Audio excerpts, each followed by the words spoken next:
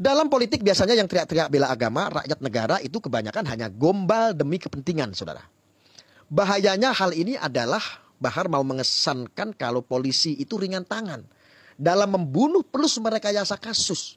Selanjutnya pendukung Bahar langsung mengacu pada kasus KM50 di mana 6 syuhada FPI tewas.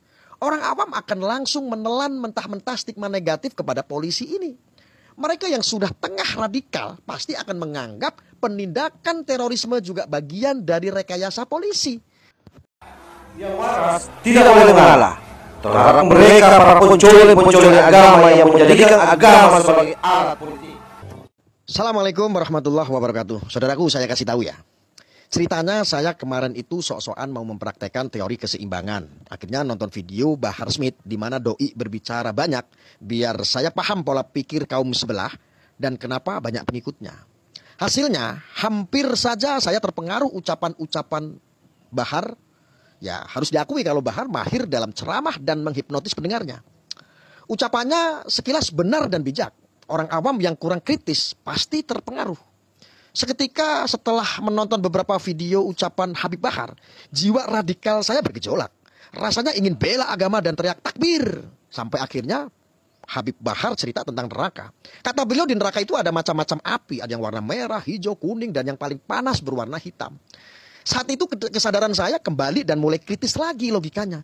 Ini cerita neraka atau lagu Balonku Ada 5 yang rupa-rupa warnanya? Atau ini bercerita tentang pelangi yang warnanya warna-warni. Lalu ketika mendengar kata api hitam, saya jadi teringat jurus Itachi Amaterasu di serial Naruto.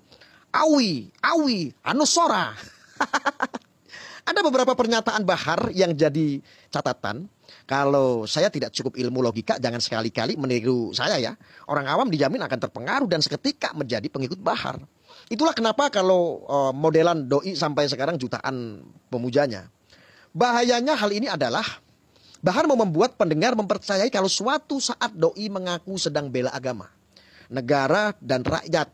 Maka itu adalah suatu yang benar ketika kalau dirinya dihina, Bahar hanya akan diam. Jadi kesannya kalau Bahar bertindak itu pasti saat kondisi yang mengharuskan ia berjuang. Dan itu pasti tindakan yang benar. Padahal kalau menggunakan logika yang benar, ya tidak ada hubungannya sama sekali. Ya bagus kalau dihina malah mendoakan bukan malah melaknat. Tapi tidak serta-merta membuat tindakan Bahar lainnya menjadi benar, bukan?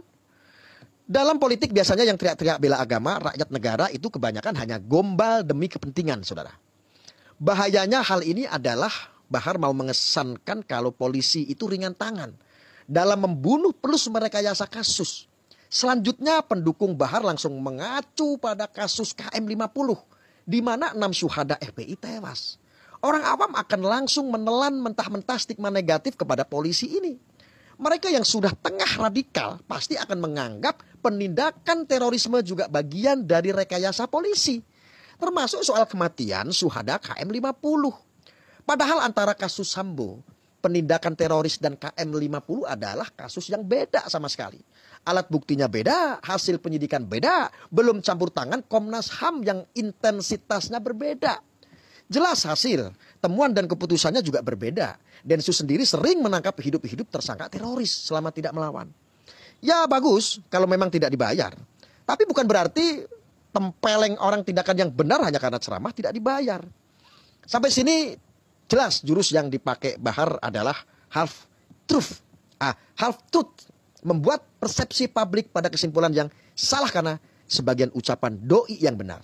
So, buat orang awam yang logikanya belum jalan, jangan coba-coba deh dengar ceramah Bahar.